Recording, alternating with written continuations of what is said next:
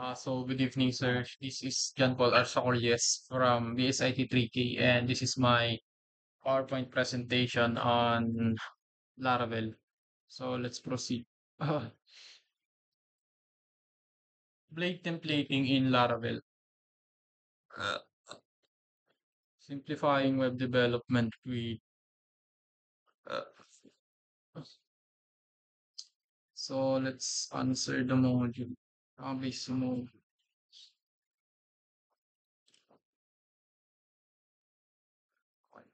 Means start. What is template inheritance in Blade? Uh, Template inheritance allows you to create a base layout and extend it in other views. Real world use, create a main layout, header, footer, and you reuse it across multiple pages. Ang best explanation na is itong code.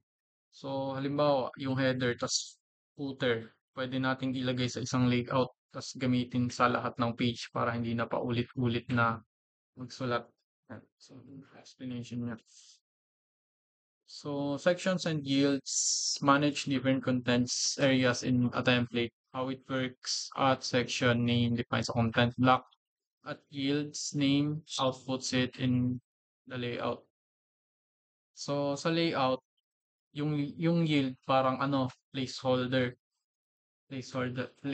lang siya.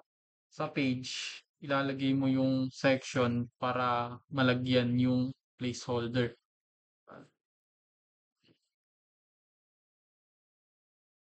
Blade control structures, readable alternatives to raw PHP. Benefits, clearer syntax, easier to read and maintain than PHP, if else, ganun.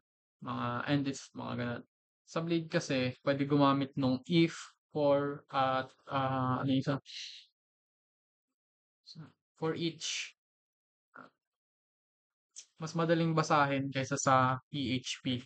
Hindi na kailangan maglagay ng PHP, question mark, tapos yung parang pinakang ano ng PHP. Kaya mas malinis tignan yung code.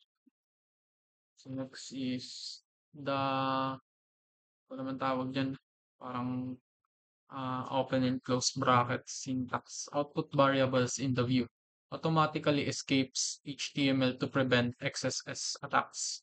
Use only if you trust the content. So dito naman, ginagamit siya para ipakita yung data sa page. Safe siya kasi automatic na sinesecure niya yung nilalagay mo para hindi pumasok yung mga malwares or yung mga code attacks na sinasabi or yung mga harmful na codes. Tapos, kung gusto mo naman yung raw HTML na ganito, yung use ganito, magdodoble ingat nga lang tayo kasi hindi siya yung sobrang trusted like this. Ayan, may mga So, kapag nga, trust the content, kaya gamitin. So, components and slots. Reusable UI pieces with dynamic content. Tapos, components, custom tags that represent a part of your UI.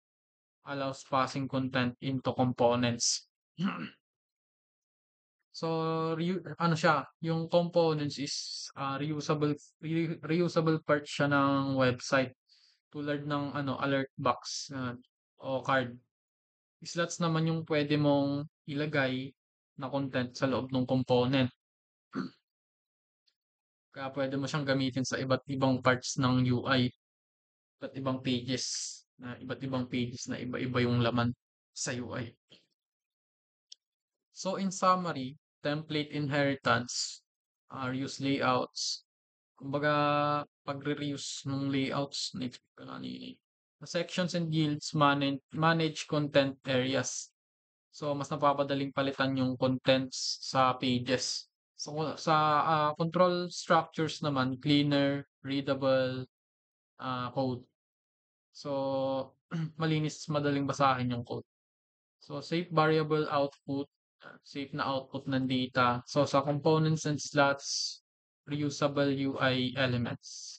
Pwede siyang gamitin sa iba't ibang uri ng parts, iba't ibang UI parts.